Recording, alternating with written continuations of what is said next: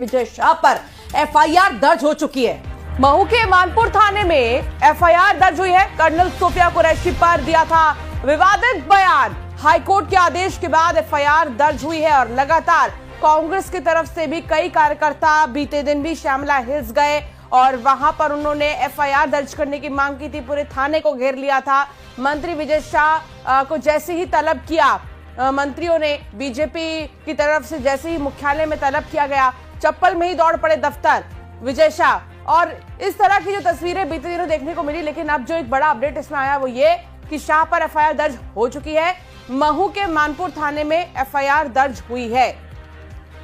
तो एफआईआर दर्ज हो चुकी है विजय शाह पर। विवादित टिप्पणी इनके द्वारा की गई थी और अब एफआईआर हो चुकी है। लगातार हंगामा आप देख रहे थे, तस्वीरें देख रहे थे किस तरह से चौतरफा मंत्री घिर चुके थे। और घिरना भी जरूरी है, इस तरह की टिप्पणियां करना आखिर कहां तक ठीक है। एक जनप्रतिनिधि होने के नाते आखिर आपको क्या ये शोभा देता है कि आप इस तरह की टिप्पणी करें। बीजेपी खुद गुस्से में नजर आई और कहीं ना कहीं अंदर खाने में नाराजगी बहुत ज्यादा नजर आई। और अब जो है ये भी माना जा रहा है कि बीजेपी बड़ी कार्रवाई भी कर सकती है। इसी बीच बड़ी जानकारी है कि मंत्री विजय शाह पर एफआईआर दर्ज हो चुकी है। उधर कांग्रेस गिर रही है, उधर बीजेपी में भी नाराजगी है और अब एफआईआर हो चुकी है।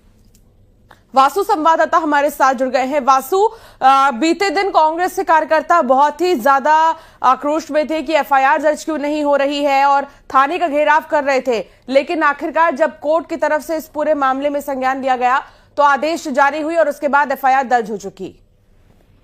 बिल्कुल, देखिए जिस तरीके से विजय शाह ने बयान दिया था कर्नल सोफिया को लेकर, उसके बाद वो विवादों में घिर गए। पक्ष ही नहीं विपक्ष ने भी इसको लेकर जो है वो नाराजगी जाहिर की और ये मामला पार्टी आलाकमान तक पहुंचा। आलाकमान जाहिर तौर पर इस पूरे मामले पर जल्दी एक्शन ले सकती है। और एक और महत्वपूर्ण बात बता दूं आपको कि कल देर रात एक सीएम हाउस में बैठक भी हुई। बेंगलोर से सीएम के आने के बाद एक बैठक हुई है जिसमें बीडी शर्मा और संगठन के महामंत्री हितानंद शर्मा मौजूद थे और वहां पर भी कुछ एक्शन को लेकर जो है बातचीत बड़े नेताओं के बीच में हुई है। हालांकि क्या डिसीजन हुआ है ये आज मुझे लगता है कि कुछ देर में पता चलेगा, लेकिन हाईकोर्ट ने इस पूरे मामले में स्वतः संज्ञान लिया और सख्त टिप्पणी की कि ये किसी अफसर का अपमान नहीं है बल्कि ये पूरी सेना का अपमान है और इसको बर्दाश्त नहीं किया जा सकता। सख्त लहजे में हाईकोर्ट ने ये कहा था संज्ञान लेने के बाद कि 4 घंटे के अंदर इस पूरे मामले में जो केस है वो दर्ज होने चाहिए और अगर नहीं होते हैं तो फिर इसे कोर्ट की अवमानना माना जाएगा। इसके बाद